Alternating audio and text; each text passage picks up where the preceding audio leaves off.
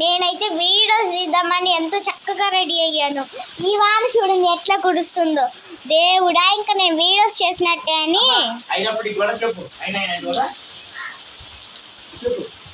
ఇక్కడైతే వాన దంచి కొడుతుంది అనమాట.